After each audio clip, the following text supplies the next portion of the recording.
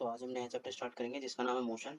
ये class 9th का chapter number 7 है, न्यू बुक के अकॉर्डिंग। ठीक है। और इसमें दूसरी चीज़ें क्या है, ये न्यू बुक के अकॉर्डिंग ये इसमें एनसीईआरटी नोट्स बनेंगे और वेरी इजी नोट्स हैं ये। ठीक है।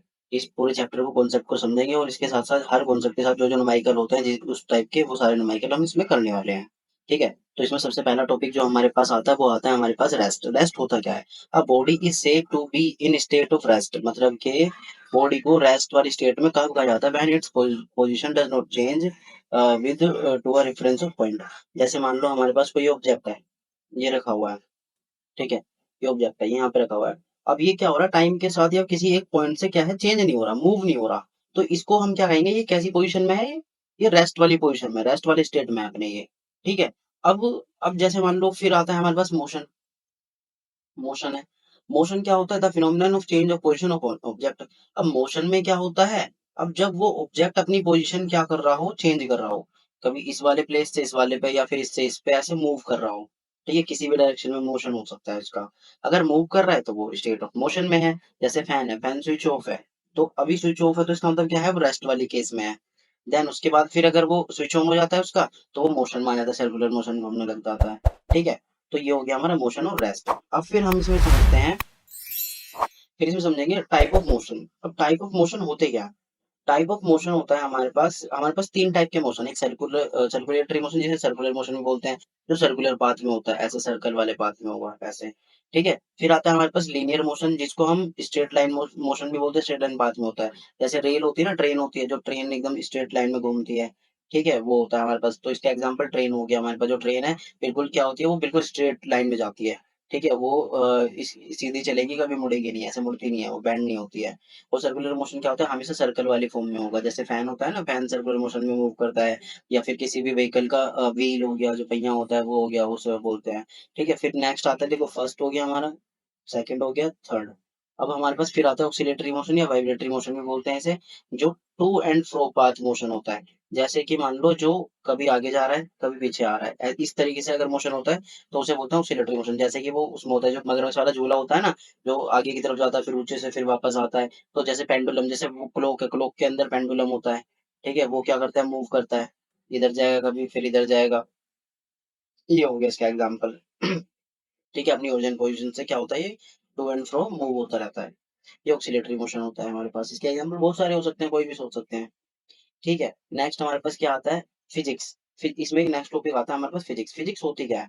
फिजिक्स क्या है, ब्रांच ऑफ साइंस है। ये एक ब्रांच ऑफ साइंस है जो डील करती है with the study of phenomena.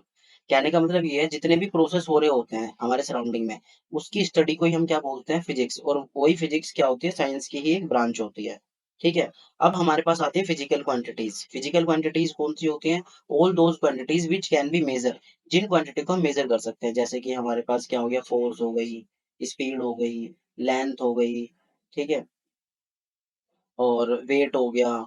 इन सब चीज को हम क्या कर सकते हैं, मेजर कर सकते हैं। तो उन्हीं सब चीज को क्या बोलते हैं हम, फिजिकल क्वांटिटी बोलते हैं। अब फिजिकल क्वांटिटी हमारे पास दो टाइप की होती है। पहली होती है हमारे पास स्केलर, दूसरी होती है हमारे पास वेक्टर क्वांटिटी। अब स्केलर क्वांटिटी कौन सी होती है, स्केलर क्वांटिटी, ये एफ नहीं है इसमें। स्केलर क्वांटिटी कौन सी होती है, those quantity completely describe by magnitude, जो सिर्फ नंबर पे डिपेंड करती हो, जिनमें सिर्फ नंबर्स होते हो। जैसे कि हमारे पास लेंथ हो गई, स्पीड हो गई, स्पीड हो गया, डिस्टेंस हो गया। ठीक है, लेंथ में डिस्टेंस आ जाता है, और स्पीड हो गई। तो इसमें मैटर नहीं करता कि किस डायरेक्शन में जा रही है, जिसमें डायरेक्शन मैटर ना करती हो। जो बस नंबर मैटर करते हो कि हाँ इतने नंबर में इतनी मैग्नीट्यूड का मतलब है नंबर। ये यहाँ पे ध्यान रखना, नंबर। तो सिर्फ नंबर में हम कैलकुलेट कर रहे हो, जिसमें डायरेक्शन मैटर ना कर रही हो। और वेक्टर क्वांटिटी कौन सी होती है सेकंड नंबर पे, those quantities describe by magnitude. ध्यान रखना, मैग्नीट्यूड और डायरेक्शन, जिसमें दोनों ही मैटर करते हो। क्योंकि जैसे मान लो फोर्स, इसका एग्जांपल है फोर्स। अब देखो, जैसे मान लो हमारे पास डोर है। अब डोर ये खुलता इधर वाली साइड है, अब इसमें हम फोर्स लगा रहे हैं अपोजिट साइड में। तो फोर्स मैटर कर रही है ना, कि हमें किस साइड में फोर्स लगानी है। जैसे कि अब हम जाते हैं कहीं भी मॉल वगैरह में जाते हैं, तो या फिर किसी शॉप पे जाते हैं, वहाँ पे मेरे वो होता है, जो डोर होता है वो ग्लास का होता है, उस पर लिखा होता है पुल एंड पुश। क्यों लिखा होता है? ताकि अगर अपोजिट डायरेक्शन में से एक पुश या पुल करेंगे तो वो खुलेगा नहीं, वर्क नहीं करेगा, हमारी फोर्स वेस्ट जाएगी। तो ऐसी वाली क्वांटिटी को हम क्या बोलते हैं, वेक्टर क्वांटिटी बोलते हैं। ठीक है। अब इसमें नेक्स्ट आता है हमारे पास यूनिट सिस्टम। यूनिट सिस्टम होता क्या है? देखो यूनिट सिस्टम वो होता है जिन जिन यूनिट्स में हम अपने फिजिकल क्वांटिटी को क्या करते हैं, मेजर करते हैं। जैसे लेंथ है, लेंथ को हम क्या करते हैं, किलोमीटर में या फिर मीटर में मेजर करते हैं। मास है, मास को हम किलोग्राम में या ग्राम में मेजर करते हैं। और ये चीज तो हो गई हमारे पास मेन। अब फिर इसमें हमारा आता है यूनिट सिस्टम जो होता है ऐसा यूनिट सिस्टम। ऐसा यूनिट सिस्टम में हमेशा ही लेंथ को मीटर में कैलकुलेट करा जाएगा, मास को किलोग्राम में और टाइम को सेकंड में मेजर करा जाएगा। तो ये भी एक तरह का सिस्टम है जो तुम्हें पढ़ना है। यही तुम्हारा इंपॉर्टेंट है इस वाले चैप्टर के लिए। और भी सिस्टम होते हैं जैसे सीजीएस सिस्टम हो गया, एफपीएस सिस्टम हो गया। ये भी सिस्टम होते हैं यूनिट वाले हमारे पास। इसमें लेंथ सेंटीमीटर में होती है और ग्राम में मास होता है और सेकंड में टाइम होता है। ये टाइम है, ठीक है। एफपीएस में ये होता है फुट जो लेंथ होती है, और ये पाउंड होता है वेट पाउंड में, और सेकंड में ही टाइम होता है इसमें। तो ये अलग सिस्टम है, ये तुम्हें नहीं पढ़ने। तुम्हें सिर्फ ये वाला पढ़ना है, यूनिट ऐसा यूनिट सिस्टम पढ़ना है, ठीक है। अब इसमें नेक्स्ट हमारे पास जो आता है, नेक्स्ट आता है हमारे पास distance and displacement. Distance and displacement होता क्या है, पहले डिस्टेंस समझेंगे हम। डिस्टेंस क्या होता है? तो the length of actual path travel by an object. कहने का मतलब ये है, जैसे मान लो मैंने एक यहाँ पे पाथ बनाया, एक बॉय है यहाँ पे खड़ा है, वो यहाँ से चल चल के वो यहाँ तक पहुंचा है। ऐसे जाते जाते, इधर जाते जाते, यहाँ से जाते जाते, ऐसे वो यहाँ पे पहुंच गया, ठीक है। यहाँ पहुंच गया, वो ऐसे गया है और यहाँ पे पहुंचा है। और इसकी जो लेंथ होगी यहाँ से वो 2 मीटर है, और इसकी लेंथ जो होगी वो 1 मीटर है, 1.5 मीटर मान लो, ठीक है। तो ऐसे वो ये, अब देखो अगर हम इसको मेजर कर रहे हैं इस वाले पॉइंट से इस वाले पॉइंट तक, एक्चुअली जो यहाँ से वो चल के गया बिल्कुल ऐसे, पहले ये मेजर करा फिर ये करा, तो जैसे कि 3.5 मीटर आ गया, तो ये इसका एक्चुअल डिस्टेंस हो गया जो एक्चुअल पाथ पे वो चल के गया है। अब वहीं अगर हम देखें डिस्प्लेसमेंट क्या होता है, ये भी होती दूरी है। देखो डिस्टेंस का मतलब दूरी है, और डिस्प्लेसमेंट का मतलब भी दूरी है। पर डिस्टेंस वो वाली दूरी है जो एक्चुअली जहाँ पे वो चल चल के गया है, एक्चुअल डिस्टेंस जो है। और डिस्प्लेसमेंट एक शॉर्टेस्ट लेंथ है बिटवीन इनिशियल जो शुरुआती पॉइंट था और फाइनल पॉइंट के बीच में जो क्या होगा, शॉर्टेस्ट लेंथ होगी या शॉर्टेस्ट दूरी होगी, जो हम कैसे कैलकुलेट करेंगे, डायरेक्ट ऐसे जाएंगे ना वो, हम ऐसे ना जाके ऐसे कैलकुलेट करेंगे। तो यहाँ पे भी जितना नंबर आएगा इसे सोल्व करके पाइथागोरस थ्योरम यूज करके, वो उसका क्या हो जाएगा, डिस्प्लेसमेंट हो जाएगा, जो हम इनिशियल और फाइनल पॉइंट के बीच की दूरी नापते हैं। अब इसमें क्या होता है, हमारे पास जो डिस्टेंस होता है वो क्या होता है, वो होती है स्केलर क्वांटिटी, क्योंकि उसमें मैटर ही नहीं कर रहा डायरेक्शन, ठीक है। इसमें सिर्फ मैग्नीट्यूड नंबर मैटर कर रहे हैं। पर डिस्प्लेसमेंट क्या है, वो वेक्टर क्वांटिटी है उसमें, क्योंकि मैटर करता है मैग्नीट्यूड डायरेक्शन। क्योंकि देखो अगर मान लो किसी सर्कुलर पाथ में हम पार्क में ऐसे घूम रहे वापस यहीं खड़े हो गए, तो देखो ये तो जीरो हो गया, यहाँ पे तो डिस्टेंस क्या होगा, जीरो। पर ऐसा तो है नहीं डिस्टेंस जीरो रहा होगा, तो इसमें डायरेक्शन मैटर कर रही है, ठीक है। अगर जैसे मान लो वो यहाँ से चला है, पहले इधर गया, फिर वापस वापस घूम के इधर आ गया, तो ये वाली यहाँ से लेके यहाँ तक की दूरी कितनी है। पर अगर डिस्प्लेसमेंट देखेंगे तो हम सिर्फ इस वाली दूरी को मेजर करेंगे, जो इनिशियल और फाइनल पॉइंट के बीच की दूरी रहेगी। तो इसमें डायरेक्शन भी मैटर करती है। और जो इट रिमेन्स पॉजिटिव, ये हमेशा पॉजिटिव रहता है डिस्टेंस जो है, ठीक है। नेक्स्ट पॉइंट इसका ये है, ये हमेशा पॉजिटिव रहेगा, और ये कभी जीरो नहीं हो सकता ना ही नेगेटिव हो सकता है, ठीक है। पर डिस्प्लेसमेंट जो है वो पॉजिटिव भी रहेगा, नेगेटिव भी हो सकता है और जीरो भी हो सकता है, ठीक है। क्योंकि देखो जैसे यहाँ से मान लो यहीं घूम के आगे तो जीरो हो गया ना, और नेगेटिव भी हो सकता है, क्योंकि नंबर टाइम पे जैसे मान लो पहले वो इधर गया, फिर वापस वो इधर आ गया, तो नेगेटिव में चला गया, डिस्प्लेसमेंट जीरो नेगेटिव भी हो सकता है। तो अब नेक्स्ट पॉइंट इसमें आता है distance can be equal to displacement. तो डिस्टेंस जो है वो इक्वल हो सकता है डिस्प्लेसमेंट के। तो डिस्टेंस और डिस्प्लेसमेंट आपस में इक्वल तो हो सकते हैं, पर डिस्प्लेसमेंट और डिस्टेंस कभी इक्वल नहीं हो सकते, वो हमेशा कम या ज्यादा रहते हैं, ठीक है। और इक्वल कब होते हैं, लीनियर पाथ में होते हैं, in linear path, in linear path जो स्ट्रेट लाइन होती है, अगर मान लो यहाँ से चल के यहाँ पे गया है, तो इनिशियल और फाइनल तो सेम ही है और एक्चुअल पाथ भी सेम है, तो ऐसे में क्या हो जाता है, डिस्प्लेसमेंट और डिस्टेंस इक्वल हो जाता है। पर इसमें ऐसा नहीं होता, कैन नॉट आएगा यहाँ, ये इक्वल नहीं हो सकता। डिस्प्लेसमेंट इक्वल होता है बस इक्वल पाथ में, ठीक है। और पर डिस्टेंस से वो लेस हो सकता है और बाकी, ठीक है। मतलब कि यहाँ नोट नहीं, यहाँ पे यही लगा लो कि डिस्प्लेसमेंट और डिस्टेंस लीनियर पाथ में इक्वल हो सकता है, बस ये चीज हमें ध्यान रखनी है। और या फिर वो क्या होगा, इससे डिस्टेंस से कम हो सकता है। और दूसरे अगर हम किसी और सर्कुलर मोशन में देखें, किसी और पार्ट में देखें, तो वो उससे छोटा भी हो सकता है। तो ध्यान रखना है, डिस्टेंस और डिस्प्लेसमेंट इक्वल कब होते हैं, वो लीनियर पाथ में होते हैं बस, तो उसमें वो इक्वल हो सकते हैं, ठीक है। इसमें थोड़ा गलत हो गया था यहाँ पे, ये ध्यान रखना है। नेक्स्ट हमारे पास जो है न्यूमेरिकल आ जाते हैं। अब हम डिस्टेंस के फॉर्मूले से न्यूमेरिकल करेंगे। तो हम इसका न्यूमेरिकल स्टार्ट करते हैं, जिसमें हमें क्या दिया हुआ है, a body travel a semi circular path of radius 10 metre. अब देखो इसमें हमें बताया हुआ है एक बॉडी है जो ट्रेवल कर रही है सेमी सर्कुलर पाथ में, और उसका जिसकी रेडियस कितनी है, 10 मीटर है। तो हम पहले सेमी सर्कल बना लेते हैं। तो सेमी सर्कल बनाने के लिए हमने बना लिया ये मान लो ये हमारा सेमी सर्कल है। अब इन्होंने कहा है इसकी जो रेडियस है वो 10 मीटर है। ठीक है।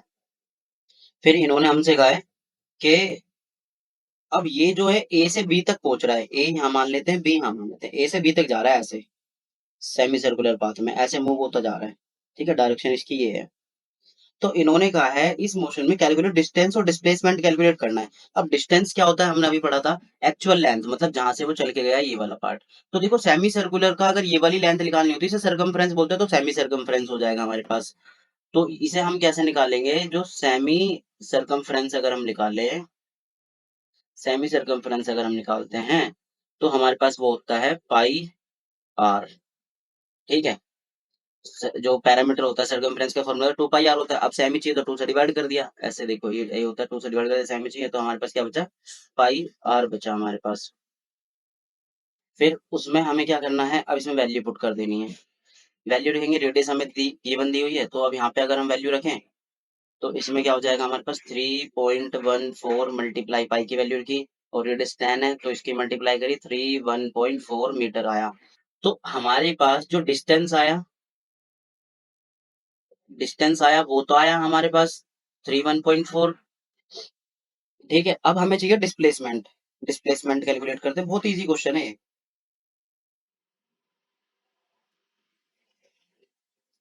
डिस्प्लेसमेंट कैलकुलेट करते हैं। डिस्प्लेसमेंट हमारा क्या होता है, शॉर्टेस्ट दूरी। देखो ए से बी तक की शॉर्टेस्ट दूरी कौन सी होगी, ये वाली। तो मतलब कि 2 बार रेडियस होगा, क्योंकि देखो यहाँ तक रेडियस है हमारे पास, तो आगे वाला भी पार्ट प्लस करना पड़ेगा, तो 2r हो जाएगा। मल्टीप्लाई यहाँ पे 10 करा तो यहाँ पे हमारे पास 20 हो गया, ये 20 मीटर हो गया, ये हो गया इसका न्यूमेरिकल। बहुत इजी न्यूमेरिकल था इसका। ठीक है। अब हमारे पास जो आता है, अब हमारे पास आता है speed and velocity. Speed and velocity क्या होती है, अब देखो स्पीड और वेलोसिटी में हम डिफरेंस के साथ साथ इनको पढ़ते चलेंगे। ठीक। अब देखो स्पीड स्पीड का फॉर्मूला क्या होता है, डिस्टेंस अपॉन में टाइम। तो इसकी एसआई यूनिट क्या हो जाएगी, जो एसआई यूनिट होगी ना, एसआई यूनिट हो जाएगी, देखो मीटर पर सेकंड क्या हो जाएगी, मीटर पर सेकंड। अब ऐसे ही डिस्प्लेसमेंट की भी एसआई यूनिट क्या हो जाएगी, मीटर पर सेकंड हो जाएगी। ठीक है, इसका फॉर्मूला तो डिस्टेंस अपन टाइम, और इसका फॉर्मूला होता है वेलोसिटी का डिस्प्लेसमेंट अपन टाइम। होती दोनों ही स्पीड है, पर एक में हमारी एक्चुअल लेंथ से डिस्टेंस को टाइम से डिवाइड किया जाता है, एक में हमारी शॉर्टेस्ट लेंथ को डिवाइड किया जाता है। और इसीलिए जो एक्चुअल वाली है जिसमें डायरेक्शन मैटर नहीं करनी, वो स्केलर क्वांटिटी हो जाती है, और ये वाली हमारी वेक्टर क्वांटिटी हो जाती है। तो ये स्पीड और वेलोसिटी हो गई, इसकी असाइनमेंट भी पढ़ ली हमने, फॉर्मूला भी देख लिया हमने इसका। ठीक है, कौन सी क्वांटिटी होती है ये भी चीज भी समझ ली। फिर नेक्स्ट इसमें आता है हमारे पास, मैंने बताया था मोशन हमारे पास दो तरीके से क्लासिफाइड करा गया है। एक तो हमने देखा था लीनियर, सर्कुलेटरी और ऑक्सीलेटरी मोशन देखा था। एक हमारा यूनिफॉर्म मोशन है और एक नॉन यूनिफॉर्म मोशन है। अब यूनिफॉर्म मोशन होता कौन सा है, तो यूनिफॉर्म मोशन वो होता है हमारे पास जैसे कि मान लो इन विच स्पीड इज कांस्टेंट, इसमें स्पीड क्या रहेगी, कांस्टेंट रहेगी, सेम स्पीड रहेगी। ठीक है, इसमें सेम स्पीड रहेगी, और इसमें स्पीड सेम नहीं रहेगी, वेरी करेगी। ठीक है। तो अब जो नॉन यूनिफॉर्म मोशन है, अब इसे समझेंगे कैसे हम। जैसे मान लो हम अगर हाईवे पे चल रहे हैं, हाईवे पे हम रन कर रहे हैं, तो सेम स्पीड में हम चलते हैं ना, तो वो हमारा कौन सा मोशन होता है, यूनिफॉर्म मोशन होता है। और अभी वो वही चीज अगर हम गलियों में चलें, लोकल एरिया में चलते हैं, तो कभी हमें ब्रेक अप्लाई करने पड़ रहे हैं, कभी स्पीड तेज होती है, कभी मंदी होती है, कभी तेज होती है, कभी मंदी होती है, तो वो हो गया हमारा नॉन यूनिफॉर्म मोशन। ठीक है। तो ये तो हो गया समझने का तरीका। अब इसकी डेफिनेशन पढ़ते हैं। If an object cover equal distance, अगर कोई ऑब्जेक्ट इक्वल डिस्टेंस कवर कर रहा है इक्वल इंटरवल ऑफ टाइम में, मतलब समझो जैसे मान लो हमारे पास ये है, हमारा 1 आवर में हम कल चल रहे हैं 60 किलोमीटर चल रहे हैं, तो अगले 1 आवर में भी हम कितने चलेंगे, 60 किलोमीटर चलेंगे, अगले 1 आवर में भी कितने चलेंगे हम, 60 किलोमीटर चलेंगे। तो कहने का मतलब यह है इक्वल इंटरवल ऑफ टाइम में इक्वल टाइम क्या हो रहा हो, कवर हो रहा हो, तो ऐसे वाले को हम यूनिफॉर्म मोशन बोलते हैं। ठीक है। अब इसमें क्या होता है, अब इसको भी समझो, देखो जैसे मान लो हम हमारे पास क्या होता है, जो हम क्या करें, if an object cover the distance unequal in equal interval of time, जैसे मान लो पहले 1 आवर में इसने चला 60 किलोमीटर, आगे जाम मिल गया, भीड़ मिल गई, तो पहले फिर दूसरे 1 आवर में इसने सिर्फ 30 किलोमीटर ही चल पाया। तो ये अलग अलग हो गया ना, सेम टाइम में अलग अलग डिस्टेंस कवर हो रहा है, तो ये नॉन यूनिफॉर्म में आ जाता है हमारे पास। ठीक। अब हमारे पास नॉन यूनिफॉर्म मोशन के ना दो टाइप होते हैं, एक एक्सेलरेशन मोशन, एक डी एक्सेलरेशन मोशन। अब जो एक्सेलरेशन मोशन होता है उसमें क्या होता है, when motion of a body increase with unequal interval of time, अगर स्पीड क्या हो रही हो, इंक्रीज हो रही हो टाइम के साथ, तो वो एक्सेलरेटरी मोशन हो जाता है। अगर टाइम के साथ डिक्रीज हो रही है स्पीड, तो वो डी एक्सीलरेटेड मोशन हो जाता है। अब इसको समझेंगे कैसे? जैसे मान लो एक बस है, बस स्टॉप से स्टार्ट हुई है, बस स्टॉप से स्टार्ट हुई है तो स्पीड धीरे धीरे धीरे धीरे बढ़ाती रहेगी। अब एक बस स्टॉप पे पहुंचने वाली है तो वो धीरे धीरे अपनी स्पीड क्या करेगी, डाउन करेगी, यहाँ पे स्पीड इंक्रीज कर दी है। तो इससे हम एक सिंपल एग्जांपल समझ सकते हैं। ठीक है। अब हमारे पास इन दोनों के बेस भी एक न्यूमेरिकल आता है। न्यूमेरिकल करते हैं, मैंने बताया था हर एक कॉन्सेप्ट के साथ उसके जो न्यूमेरिकल होंगे वो समझते चलेंगे। ठीक है। अब इसमें न्यूमेरिकल हमारे पास क्या दिया हुआ है, इसमें न्यूमेरिकल हमें दिया हुआ है what will be the speed of a body in metre per second and kilometre per hour if travel 40 kilometre in 5 hour. ये कह रहा है कि स्पीड क्या होगी, स्पीड निकालनी है पहले हमें। स्पीड का फॉर्मूला लिखते हैं हम यहाँ पे। स्पीड का फॉर्मूला होता है डिस्टेंस अपॉन में टाइम। अब हमें डिस्टेंस कितना दिया हुआ है, हमें 40 किलोमीटर, टाइम कितना दिया हुआ है 5 आवर। तो पहले तो इन्होंने किलोमीटर पर आवर में भी पूछी है स्पीड, तो पहले किलोमीटर पर आवर में निकाल देते हैं। तो किलोमीटर में मतलब 40 अपॉन में 5 काटा तो हमारे पास कितना आया, 8 किलोमीटर पर आवर। ये हमारा किलोमीटर में हो गई इसकी स्पीड। अब मीटर पर सेकंड में चाहिए, मीटर पर सेकंड में करने के लिए हमें इन्हें चेंज करना पड़ेगा मीटर में और इसे करना पड़ेगा सेकंड में। तो अब यहाँ पे देखो किलोमीटर को मीटर में चेंज करने के लिए उसमें हमें किससे मल्टीप्लाई करनी पड़ती है, 1000 से। तो 1000 से मल्टीप्लाई करी हमने इसमें। ठीक है, तो ये मीटर में चेंज हो जाएगा। और आवर को सेकंड में चेंज करने के लिए हमें क्या करना पड़ता है, 360 से मल्टीप्लाई करनी पड़ती है। वो 3600 से मल्टीप्लाई करनी पड़ती है, क्योंकि देखो 1 मिनट में 6 मिनट होते हैं, वो 6 मिनट कह रहा सॉरी, 60 मिनट होते हैं 1 आवर में, और 1 मिनट में 60 सेकंड होते हैं। तो उसकी मल्टीप्लाई करेंगे तो हमारे पास यही आएगा। ये आया कैसे है, चलो मैं यहाँ लिख के बता देता हूँ। 60 × 60, पहले हमने आवर को मिनट में चेंज करा, फिर मिनट को सेकंड में चेंज करा ऐसे। तो अब इसमें स्पीड कैलकुलेट करते हैं। मीटर पर सेकंड में दो तरीके से निकालनी थी ना हमें। फर्स्ट हो गई, ये सेकंड हो जाएगी हमारे पास। डिस्टेंस अपॉन में टाइम सेम लिखेंगे। फिर हमारे पास जो डिस्टेंस है हमारे पास उसको लिखे। देखो मैंने मल्टीप्लाई क्यों नहीं करी, ये कट जाएगा इसलिए मैंने मल्टीप्लाई नहीं करी, क्यों कैलकुलेशन हमने फालतू करी। 2 जीरो से 2 जीरो कैंसिल आउट हो गई, 5 से ये हमारे पास कट गया तुम्हारा 2 पे, और फिर 2 से ये हमारे पास कैंसिल आउट हो गया 1 और 8 पे। फिर ये 2 से 9 पे कटा और ये 20 आ गया। तो हमारे पास कितनी आ गई, 20/9 मीटर पर सेकंड। ये हमारा आंसर हो गया मीटर पर सेकंड में। ठीक है, ये ऐसे कैलकुलेट कर लिया हमने। अब देखो, अब हमारे पास आता है, अच्छा वेलोसिटी का एक चीज और ध्यान रखो। जैसे यहाँ पे वेलोसिटी है, वेलोसिटी का डिस्प्लेसमेंट अपन में टाइम होता है ना, तो इसमें ये फॉर्मूला हमारा एक ये भी यूज होता है, जो एक इनिशियल वेलोसिटी भी जाती है, फाइनल वेलोसिटी भी जाती है। तो उस चीज का भी हमें ध्यान रखना है, वो अभी एक्सीलरेशन में समझेंगे हम। अब सेकंड क्वेश्चन जो इसका है हमारे पास, उसमें क्या है, during first half of journey by body it travel with the speed. ये मतलब जो पहली हाफ जर्नी है, जैसे मान लो वो यहाँ से लेके यहाँ तक जा रहा है, उसकी आधी जर्नी उसने कितने किलोमीटर, 40 किलोमीटर पर आवर के स्पीड में चला है वो। ठीक है, in the next half travel सिर्फ 20 किलोमीटर पर आवर की स्पीड में चला है। Calculate average speed. अगर एवरेज स्पीड कैलकुलेट करनी है तो हमें क्या करना पड़ता है, एवरेज डिस्टेंस, टोटल डिस्टेंस, और प्लस में क्या बोलते हैं, हमें टोटल टाइम टेकन लेना पड़ता है। तो एवरेज स्पीड कैलकुलेट करते हैं हम इसकी। तो इसकी एवरेज स्पीड कैसे निकालते हैं, देखो टोटल टाइम टेकन बताया मैंने, स्पीड एवरेज स्पीड का फॉर्मूला हमारे पास होता है, एवरेज स्पीड होता है हमारे पास टोटल टाइम टेकन,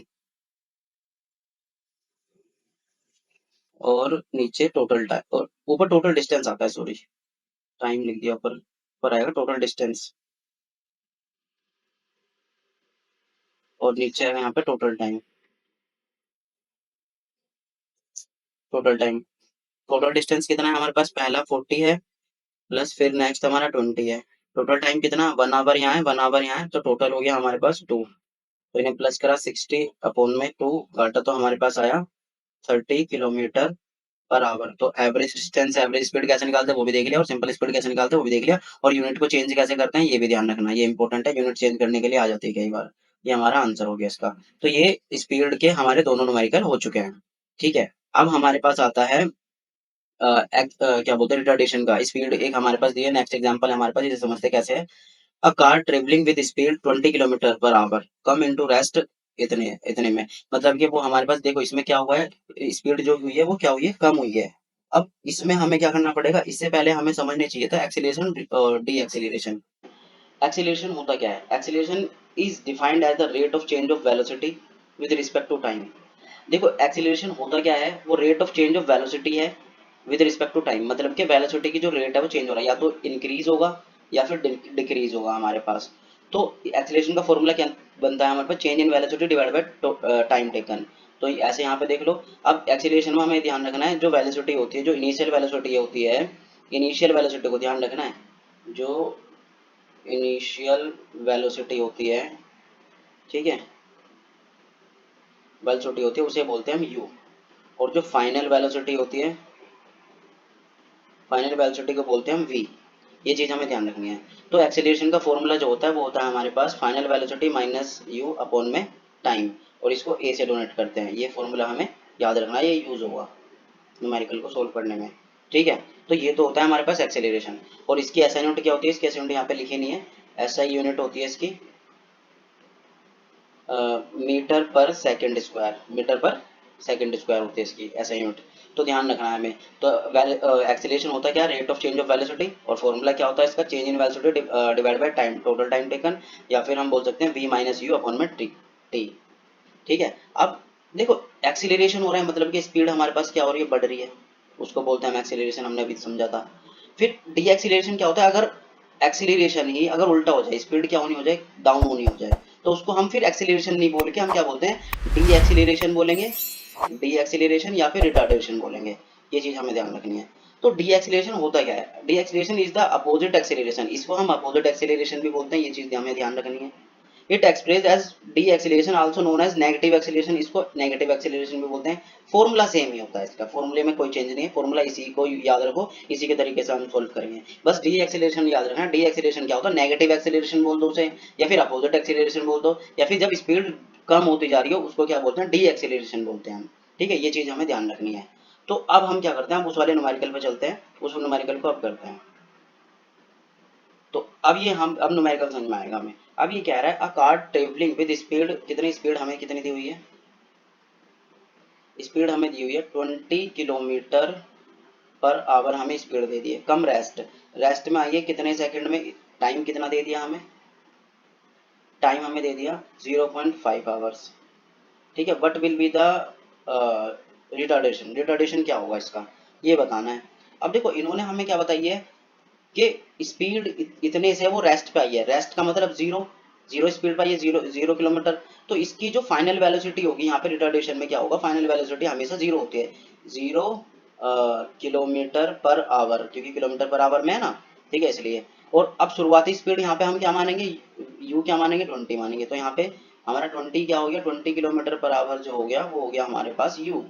क्यों, क्योंकि इनिशियल वाली ये हो गई और फाइनल वाली रेस्ट हो गई, तो रेस्ट हमारी जीरो होती है। अब इसमें हमें रिटार्डेशन पूछा तो एक्सीलरेशन का फॉर्मूला लगाएंगे हम, यहाँ पे चाहे रिटार्डेशन भी लिख सकते थे पर एक्सीलरेशन भी लिख सकते हैं। तो अब हम क्या करेंगे, हमारे पास फॉर्मूला होता है v minus u upon T. अब v हमारा जीरो है, माइनस यू कितना है 20 kilometre per hour, divide by time, time कितना है 0.5 किलोमीटर, सॉरी आवर्स। अब वहां पे ऊपर आया हमारे पास 20 kilometre per hour divide by 0.5 hour. तो आवर से तो आवर कैंसिल आउट हो गया हमारे पास। ठीक है, इसे चेंज भी कर सकते हैं। तो आवर से आवर कैंसिल आउट नहीं होगा, यहाँ पे मल्टीप्लाई होगी, देखो ये नीचे आ जाएगा। अब देखो कैसे मल्टीप्लाई होती है, मैं तुम्हें करके बताता हूँ। 20 किलोमीटर या डिवाइड में है तो यहाँ पे होगा ना एच आर, और देखो यहाँ पे टाइम भी 0.5, इसमें भी एच आर आ गया, तो स्क्वायर नहीं हो जाएगा, देखो मिस यूनिट क्या बताई थी, टाइम में उसका स्क्वायर हो जाता है एक्सीलरेशन का, तो वैसे ही होगा। अब 0.5 है तो 20, उसका पॉइंट हटाया अगर मैंने, ऊपर जीरो चली गई यहाँ पे तो 200 हो गया, और नीचे 5 आ गया, और यहाँ पे किलोमीटर पर आवर स्क्वायर हो गया, एक्सेलरेशन स्क्वायर में होता है, इसे काटा, हमारे पास कितना है -40 किलोमीटर पर आवर स्क्वायर। तो ये हमारा इसका आंसर हो गया। देखो मैंने थोड़ा एक्सपेंड करके बताया जिसे अच्छे से समझ में आ जाए, ताकि बड़े न्यूमेरिकल तुम अच्छे से कर पाओ। ठीक है, तो इसके बाद हमारे पास जो नेक्स्ट टॉपिक आता है वो आता है graphical representation of equal, equal time या फिर डिस्टेंस का। अब देखो, अब इसमें हमें ग्राफिकल रिप्रेजेंटेशन देखनी है, या फिर मतलब कहने का मतलब ये है, हमें ये समझना है इसमें डिस्टेंस टाइम का ग्राफ क्या होता है, यूनिफॉर्म मोशन का, नॉन यूनिफॉर्म मोशन के टाइम पे कैसा होता है। देखो अगर हमारे पास क्या बोलते हैं, मैं कलर चेंज करता हूँ, डिस्टेंस टाइम ग्राफ है।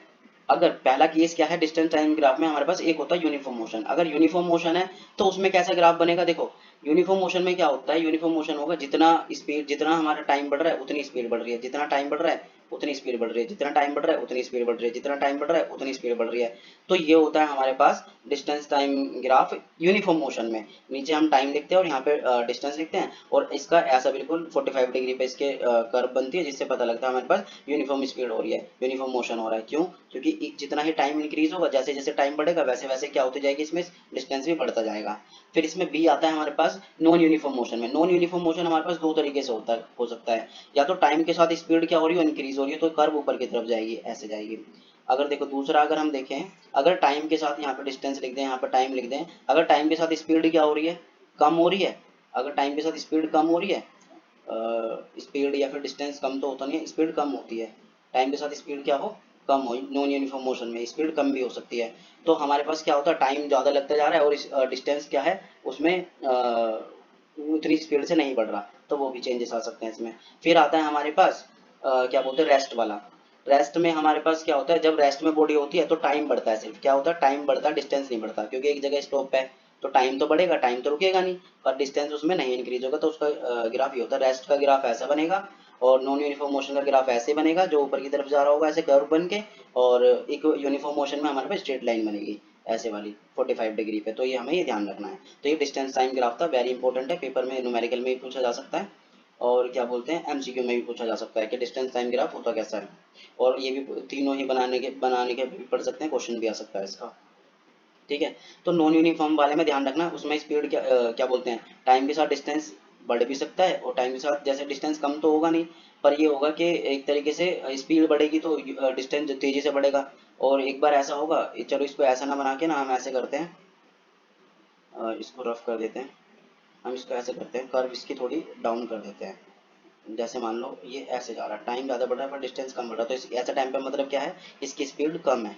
ठीक है, तो इसको ऐसे समझना थोड़ा सा, बाकी इसको याद रखो, यही बहुत है, यही आता है। और ठीक है, नेक्स्ट चलते हैं। अब देखो, इसको एक कांस्टेंट स्पीड में हमारे पास ऐसा ग्राफ होता है। ठीक है, कांस्टेंट फास्टर अगर तेज हो रही है तो इस तरीके से बनेगा, कांस्टेंट स्लोअर स्लोअर हो रही है, देखो मैंने बताया था ना नीचे की तरफ डाउन जाएगी, तो नीचे की तरफ जा रही है इसमें, यहाँ पे ऐसे जा रहा है। ठीक है, थोड़ा ब्लर हो रहा है, पर इसे ये समझने के लिए लगाया गया था बस, और कुछ नहीं है।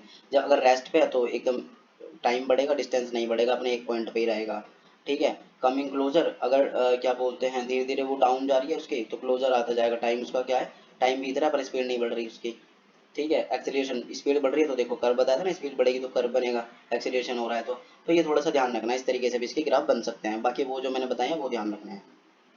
ठीक है, अब आता है वेलोसिटी टाइम ग्राफ, ये भी हमारे पास वेरी वेरी इंपॉर्टेंट है। Velocity time graph, velocity time graph में होता क्या है हमारे पास, सबसे पहले उसका जो पार्ट आता है यूनिफॉर्म मोशन में आता है वेलोसिटी टाइम ग्राफ में। अब यूनिफॉर्म मोशन में क्या आएगा, यूनिफॉर्म मोशन में क्या होगा, एक कांस्टेंट स्पीड क्या जाएगी, बढ़ती जाएगी, उसका ऐसे ही 90 डिग्री पे एंगल बनेगा यहाँ पे, और इस तरीके से यहाँ पे इंक्रीज होता जाएगा। तो इसका भी मतलब कि जैसे जैसे टाइम बढ़ रहा है वैसे वैसे स्पीड उसकी बढ़ती जा रही है, स्पीड बढ़ती है, इसमें स्पीड इंक्रीज होती है। ठीक है, वैसे वैसे इसकी स्पीड बढ़ती जाएगी। ठीक, अगर कांस्टेंट स्पीड हो, सेम स्पीड पे चल रहे हैं, टाइम बढ़ रहा है पर स्पीड हमारी जैसे मान लो 20 किलोमीटर है हर टाइम पे, 1 बजे भी 2 बजे भी हर टाइम पे अगर सेम स्पीड है तो वो ऐसा बनेगा उसका ग्राफ। अब उसमें कंफ्यूज मत हो जाना, उसमें अलग है। देखो, इस वाले में क्या होता है, हमारे पास टाइम के साथ डिस्टेंस बढ़ता है, मतलब कि आगे चलता जा रहा है इंसान। ठीक है, इसमें क्या होता है, एक जगह रुका हुआ है, तो एक जगह रुका हुआ है, एक प्लेस पे रुका हुआ है इंसान, पर टाइम बढ़ता जा रहा है। ठीक है, इंसान एक प्लेस पे रुका हुआ है, डिस्टेंस टाइम है, वो स्पीड वाला है, उसमें अच्छी अलग थोड़ा डिफरेंस होता है इनमें। ठीक है, तो इसमें हमारे पास क्या है, स्पीड क्या है, सेम स्पीड है पर टाइम धीरे धीरे इसमें क्या हो रहा है, बढ़ रहा है। फिर आता है हमारे पास ये होता है एक्सीलरेटेड मोशन का, यूनिफॉर्म मोशन एक्सीलरेटेड मोशन हमने देख ही लिया। अगर एक्सीलरेशन हो रहा है यूनिफॉर्म में अगर एक्सेलरेशन हो रहा है तो उसको कैसे समझेंगे, नॉन यूनिफॉर्म में, यहाँ पे नॉन यूनिफॉर्म है, यूनिफॉर्म नॉन यूनिफॉर्म दोनों ही समझ लेते हैं हम। ठीक है, हमने यूनिफॉर्म ग्राफ पढ़ा था कांस्टेंट स्पीड वाला, ये रहा हमारे पास कांस्टेंट स्पीड में जो चलता है। फिर हमारा यूनिफॉर्म एक्सेलरेशन कौन सा होता है, जिसमें स्पीड कंटिन्यूसली क्या हो रही हो, बढ़ती जा रही हो। फिर हमारे पास नॉन यूनिफॉर्म मोशन में हमारे पास एक्सेलरेशन क्या होता है, इस तरीके से ग्राफ बनता है कर्व में, क्योंकि स्पीड बढ़ती है, धीरे धीरे धीरे धीरे बढ़ती रहती है। अब देखो, ये कांस्टेंट स्पीड से बढ़ रहा है, कि मान लो जैसे पहले बढ़ा 20 किलोमीटर, अगले में भी 20 किलोमीटर बढ़ा, अगले में भी 20 किलोमीटर बढ़ा, तो ये यूनिफॉर्म एक्सेलरेशन हो गया। नॉन यूनिफॉर्म एक्सेलरेशन में क्या हो रहा है, पहले बढ़ा वो 20 किलोमीटर, फिर बढ़ा वो 30 किलोमीटर, एक 30 किलोमीटर की स्पीड से बढ़ गया, फिर दोबारा 20 की स्पीड से बढ़ा, फिर 30 की से, तो ऐसे क्या होता है, वो कम नहीं हो गया 40, मतलब 40 हो गया, यहाँ पे 50 हो गया, तो धीरे धीरे स्पीड इसमें बढ़ती जाती है। विदाउट कांस्टेंट रेट के साथ। यहाँ पे जैसे मान लो यहाँ पे 10 का गैप आया, यहाँ पे मैं लिख दूँ अगर 35 लिख दूँ तो अलग गैप आया ना इसमें। तो इस तरीके से जो होता है हमारे पास, बस ये ध्यान रखना है कि जो नॉन यूनिफॉर्म मोशन एक्सीलरेशन का ग्राफ होता है वो भी कर्व जैसा होता है इस तरीके से। और नॉन यूनिफॉर्म रिटार्डेशन जो होता है वो क्या होता है हमारे पास, जिसमें स्पीड क्या हो रही है टाइम के साथ डिक्रीज हो रही है। इसमें देखो नीचे की तरफ कर्व जा रहा है ना, इसमें क्या होता है टाइम के साथ स्पीड क्या होती है डिक्रीज होती है। तो ये वाले ग्राफ हो गए हमारे पास। अब हमारे पास आता है डी एक्सीलरेशन वाला। नो यूनिफॉर्म में अगर डी एक्सीलरेशन हो, अगर देखो यूनिफॉर्म में डी एक्सीलरेशन हो रहा है तो बिल्कुल स्ट्रेट लाइन डाउनवर्ड बनेगी, ठीक है, बिल्कुल सीधी नीचे की तरफ आएगी लाइन। अगर डी एक्सीलरेशन हो रहा है पर यूनिफॉर्म हो रहा है तो स्ट्रेट लाइन नीचे की तरफ बनेगी। फिर डी एक्सीलरेशन हो रहा है अगर, और वो हो रहा है नॉन यूनिफॉर्म तरीके से, कि एक बार स्पीड थोड़ी कम हुई फिर थोड़ी एकदम से ज़्यादा हुई फिर थोड़ी कम हुई, मतलब ऐसे नहीं कॉन्स्टेंट नहीं। अगर वो डाउन भी जा रही है तो पहले 20 का इंटरवल लिया फिर 10 का इंटरवल लिया, ऐसे कम धीरे धीरे बढ़ रही है, धीरे धीरे कम हो रही है उसमें, इस तरीके से होता है हमारे पास। चलिए अब इसमें हम स्टार्ट करते हैं मोशन की 3 इक्वेशंस। कौन कौन सी इक्वेशन है हमारे पास, ये इंपॉर्टेंट है। 3 इक्वेशन ऑफ मोशन, इसे हम 3 इक्वेशन ऑफ मोशन भी बोलते हैं, ठीक है। तो हमें ये ध्यान रखनी है, तीनों इक्वेशन बहुत इंपॉर्टेंट है, आगे के न्यूमेरिकल जो होंगे इन्हीं के बेस पे होंगे, इसी के न्यूमेरिकल आते हैं। अब जो हमारी फर्स्ट इक्वेशन है वो होती है हमारे पास u equal to u plus a t. Second equation होती है v square equal to u square plus 2as। Third equation होती है s equal to u t plus half a t square. अब इनमें u ए टी क्या है ये देखते हैं। u को हम इनिशियल वेलोसिटी बोलते हैं, s को डिस्प्लेसमेंट बोलते हैं, v को फाइनल वेलोसिटी बोलते हैं, a को एक्सेलरेशन, t को टाइम बोलते हैं। जितने भी इनमें हमने अल्फाबेट यूज किए हैं उनके उनको क्या क्या बोला जाता है वो यहाँ पे लिखा हुआ है। अब इसमें डेरिवेटिव फर्स्ट इक्वेशन का तुम्हारे पास आ जाता है कई बार पेपर में, तो उसको समझ लेते हैं। देखो एक्सेलरेशन का फॉर्मूला तुम्हें पता है ना, क्या होता है हमारे पास v minus u upon T होता है। अगर मैं इसको डिवाइड से इधर मल्टीप्लाई में भेज दूँ तो ये ए टी हो जाएगा equal to v minus u हो जाएगा। अब इसको देखो अरेंज करके अगर मैं लिखूँ v minus u equal to a t हो गया, ठीक है। आप फर्स्ट इक्वेशन को देखो यही होती है, ठीक है। अब ये आप कहोगे ऐसे तो नहीं, ये u माइनस का उधर जाके प्लस का हो जाएगा, v equal to u plus a t, लो हो गया, बन गई फर्स्ट इक्वेशन। तो ये इसका ड्राइव डेरिवेशन होता है, ये एक्सीलरेशन से ड्राइव करी जाती है, ठीक है। डेरिवेशन लिखोगे कैसे इसका, सबसे पहले लिखोगे acceleration equal to final velocity minus initial velocity divided by time taken. फिर एक्सीलरेशन का फॉर्मूला लिखोगे, यहाँ से स्टेप स्टार्ट कर दोगे, फिर यहाँ से लिखोगे, फिर इसको क्या करोगे डिवाइड से पहले मल्टीप्लाई में भेजा, फिर यू को माइनस से प्लस में भेजा, तो तुम्हारे पास क्या आ जाएगी इक्वेशन बन जाएगी फर्स्ट इक्वेशन, यहाँ से ड्राइव होता है। अब इसका ग्राफ इस तरीके से बनता है, पहले हमने यहाँ पे ओ ले लिया और ये यहाँ पे टाइम वाला पार्ट ले लिया। तो यहाँ पे क्या होता है इनिशियल वेलोसिटी u मान ली हमने, अब जैसे जैसे उसमें टाइम बढ़ा तो एक्सीलरेशन हो रहा है तो स्ट्रेट लाइन ऐसे बना दी हमने। फाइनल वेलोसिटी को हमने v मान लिया और क्या बोलते हैं, और ये क्या बोलते हैं पूरे जो एक्सीलरेशन है उसको a से रिप्रेजेंट करते हैं। तो initial minus final minus u करा और डिवाइड में टाइम टेकन कर लिया, जितना भी टाइम टेकन लगा ये वाला टाइम टेकन यहाँ से लेके यहाँ तक का ये हमने डिवाइड कर लिया, तो इसका ये ग्राफ हो गया, ये फॉर्मूला हो गया। इसे बिल्कुल इजी तरीके से ऐसे कर सकते हैं हम। तीनों इक्वेशन याद रखनी है और इनका डेरिवेटिव भी याद रखना है फर्स्ट वाली इक्वेशन का, बाकी का ये इंपॉर्टेंट नहीं है, वो नहीं आता, इस वाली का ही आता है। तो अब तो हम तीनों इक्वेशन पे न्यूमेरिकल स्टार्ट करते हैं। जो तीनों इक्वेशन हमने पढ़ी है इन पे न्यूमेरिकल स्टार्ट करते हैं। तो पहला न्यूमेरिकल हमारे पास क्या होता है, a car starting from rest. अब देखो रेस्ट बोला है तो इनिशियल वेलोसिटी हमारे पास क्या होगी 0 मीटर पर सेकेंड। यूनिफॉर्म एक्सीलरेशन हो रहा है जिसमें यूनिफॉर्म एक्सीलरेशन हमें दिया हुआ है 0.1। देन हमारे पास टाइम इसमें दिया हुआ है 4 मिनट्स, टाइम हमारे पास 4 मिनट्स दिया हुआ है। इसको हमें सेकंड में चेंज करना पड़ेगा तो सेकंड में चेंज कर लेते हैं। ये होगा हमारा 4 × 60 जो कि हमारे पास हो जाएगा 240 सेकेंड, ठीक है। देन हमारे पास फाइंड क्या करना है, स्पीड फाइंड करनी है। स्पीड को हम वी भी बोल सकते हैं इसमें फाइनल वेलोसिटी, और डिस्टेंस फाइंड करना है। यहाँ पे ऐसे नहीं लिखते हम स्पीड लिखते हैं क्योंकि ऐसे तो डिस्टेंस को रिप्रेजेंट कर रहे हैं ना, तो इसलिए यहाँ पे ये लिख दिया हमने। देन इसमें हमारे पास क्या है फॉर्मूला इक्वेशन देखते हैं हम कौन सी यूज कर सकते हैं। देखो इक्वेशन को हमें कैसे चेक करना पड़ता है, पहले हमें गिवन में देखना पड़ता है। जो गिवन है ना हमारे पास, जो गिवन है उसके बेस पे इक्वेशन देखनी पड़ती है कौन सी इक्वेशन लगाए हम। अब देखिए u है a है t है हमारे पास। अब u a t है और y फाइंड करना है, u a t और v फाइंड करना है, v फाइंड करना है। तो क्या बोलते हैं उसके लिए हम फर्स्ट इक्वेशन लगाते हैं, हमारे पास जो होती है v equal to u plus a t. Then हमारे पास v यहाँ से आएगा, u हमारा 0 है प्लस और a हमारा 0.1 है, टाइम हमारा 240 है। तो फाइनल वेलोसिटी हमारे पास 24 आई, यहाँ पे हमने सोल्व करा तो इससे मीटर पर सेकंड आई हमारे पास। तो फाइनल वेलोसिटी v तो निकल गया, इसको हम स्पीड भी बोल सकते हैं। देन हमारे पास s फाइंड करना है तो उसके लिए हम सेकंड इक्वेशन यूज करते हैं जो हमारी होती है s equal to u t plus half 80 square, second equation का यूज़ करते हैं हम। अब इसमें हम क्या करते हैं, एस फाइंड करना है, यू हमारा 0 है, मल्टीप्लाई में टाइम हमारा 240 है, प्लस हाफ इंटू ए कितना है 0.1 है, टाइम मतलब कि 240 का स्क्वायर है हमारे पास। देन यहाँ पे इसको सोल्व करेंगे, ये 0 आ जाएगा यहाँ पे, इसकी मल्टीप्लाई अगर हम देखो इसको ऐसे ओपन करके लिख देते हैं, 2 मल्टीप्लाई 0.1 मल्टीप्लाई 240 मल्टीप्लाई 240। तो अब इसको हम क्या करते हैं, स्क्वायर है ना, मल्टीप्लाई में लिख दिया, 0 यहाँ से कैंसिल हो जाएगा, 0 को हटा देंगे यहाँ से।